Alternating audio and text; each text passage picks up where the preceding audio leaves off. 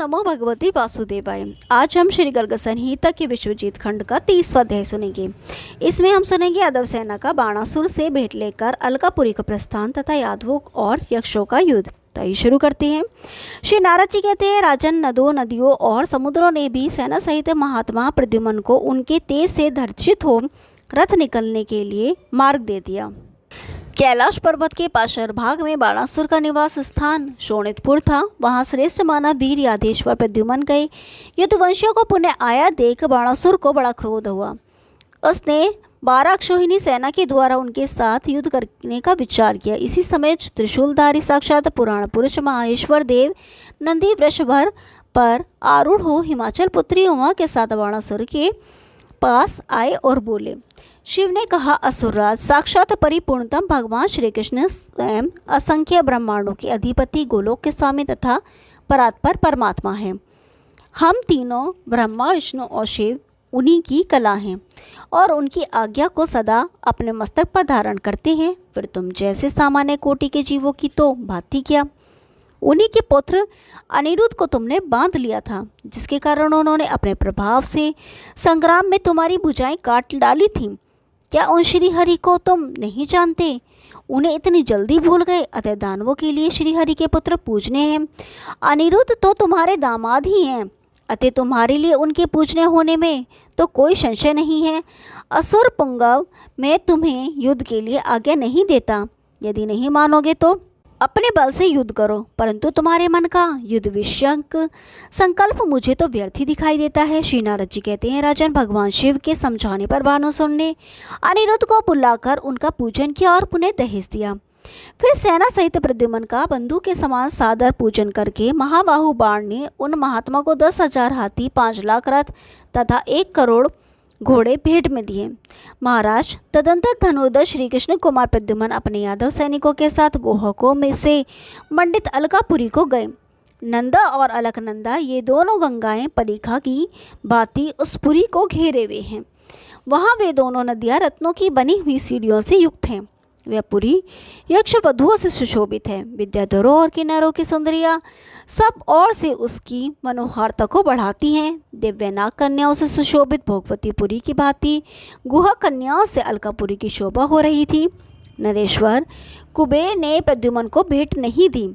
यद्यपि वे श्री हरि के प्रभाव को जानते थे, तथापि उन्होंने भेंट देना स्वीकार नहीं किया। अहो, माया का बल कितना अद्भुत है! मैं लोकपाल हूँ, इस अज्ञान से वे सदा मोहित रहते थे।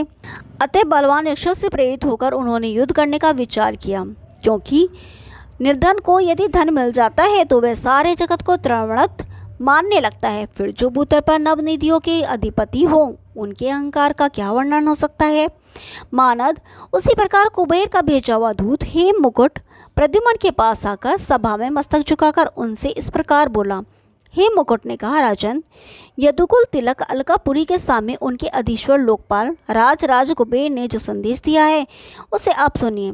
जैसे स्वर्गलोक में प्रभु इंद्र देवताओं के राजा कहे गए हैं, उसी प्रकार भूतल पर एकमात्र मैं ही राजाओं का महान अधिराज होने के कारण राजराज कहा गया हूँ। यद्यपि मेरा धर्म मनुष्य की ही समान है, तथापि भूतल पर राजाधिराजों ने सदा मेरा पूजन किया है। इसलिए उग्रसेन को ही मुझे उत्तम भेंट देनी चाहिए। मैं भेंट लेने का अधिकारी हूँ, देने का नहीं। इसलिए मैं यदुराज उग्रसेन को कदापि भेंट नहीं दूंगा। यदि तुम नहीं मानोगे तो युद्ध करूंगा, इसमें संशय नहीं। श्री नारद जी कहते हैं, मिथिलेश्वर, दूत की यह बात सुनकर भगवान प्रद्युम्न हरिकुपित हो उठे। रोष से उनकी आंखें लाल हो गईं और होठ फड़कने लगे। प्रद्युम्न बोले, वृष्णिवंशियों के स्वामी उग्रसेन राजाओं के भी इंद्र हैं। तुम्हें स्वामी राज कुबेर उन्हें अच्छी तरह नहीं जानते। साक्षात इंद्रादि देवता भी उनकी चरण पादिकाओं पर अपने मुकुट रगड़ते हैं। इंद्र ने भय से ही उनकी सेवा में अपनी सुधर्मा सभा और पारिजात वृक्ष अर्पित कर दिए हैं। वरुण ने शाम कर्ण घोड़े देकर उन्हें प्रणाम किया है। इन्हीं डरपोक राजराज ने उनके पास नवो निधियाँ पहुँचाई हैं। फिर भी उन महाबली महाराज को ये राजराज नहीं जानते। उन यादवराज की सभा में असंख्य ब्रह्मांडों के अधिपति साक्षात परिपूर्णतम भगवान श्री कृष्ण स्वयं विराजते हैं। ये सारा भूमंडल जिनके एक मस्तक पर तिलक के समान दिखाई देता है, वे सहस्र मस्तक वाले अनंत देव भी उग्रसेन की सभा में नित्य विराजमान रहते हैं।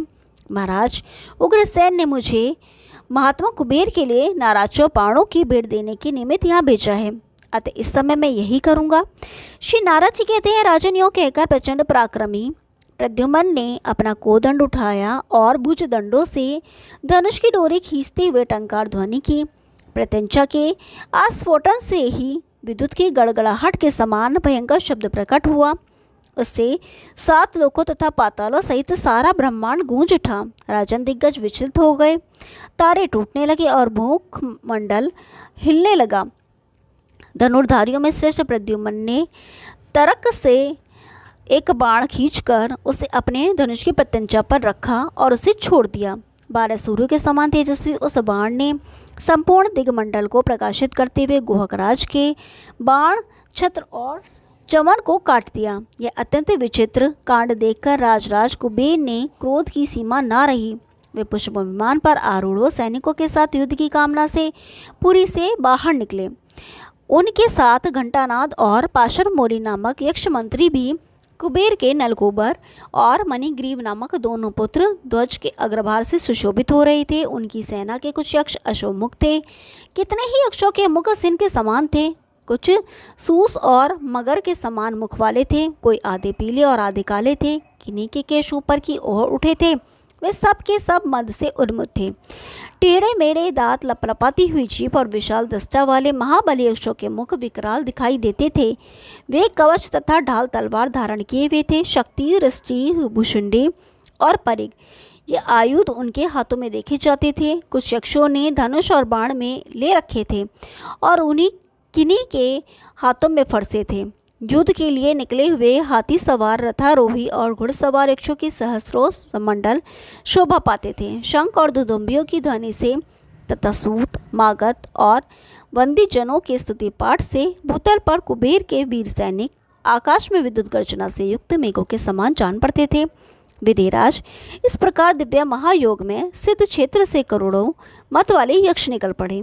उनके आ जाने पर प्रमथों की विशाल सेना उनकी सहायता के लिए आ पहुंची। कितने ही बहुत और प्रमथ, विकराल वंदन और मंदोन्मत्त दिखाई देते थे। उनके साथ डाकनियों के समुदाय यातुधान, वेताल, विनायक, कुष्मांड, उन्माद, प्रेत, मारतरंगा गंड, निशाचर, पिशाच, ब्रह्म राक्षस और भैरव भी थे, जो भीषण गर्जना करते हुए मारो काटो फाड़ो की रट लगा रहे थे। इस प्रकार वहां करोड़ों भूतावलियां आ पहुंची, जो संवर्तक मेघों की भांति पृथ्वी और आकाश को आच्छादित किए हुए थी। मोर पर बैठे हुए स्वामी कार्तिकेय और चूहे पर चढ़े हुए गणेश जी डमरू की ध्वनि के साथ वीरभद्र को लिए सबसे आगे पहुंचे। प्रथमगण उन दोनों के यशगान कर रहे थे। इस प्रकार पुण्यजनों का यादवों के साथ तुमुल युद्ध आरंभ हुआ, जो अद्भुत और रोमांचकारी था। रथी रथियों से, पैदल पैदलों से, घोड़े घोड़ों से और हाथी हाथियों से परस्पर जूझने लगे। राजेंद्र, रथ, हाथी, घोड़े और पैदों की पैरों से उठे हुए धूल ने सूर्य सहित आकाशमंडल को ढक दिया। ओम नमो भगवती वासुदेवाय। कल 24वां अध्याय सुनेंगे, तब तक के लिए नमस्कार।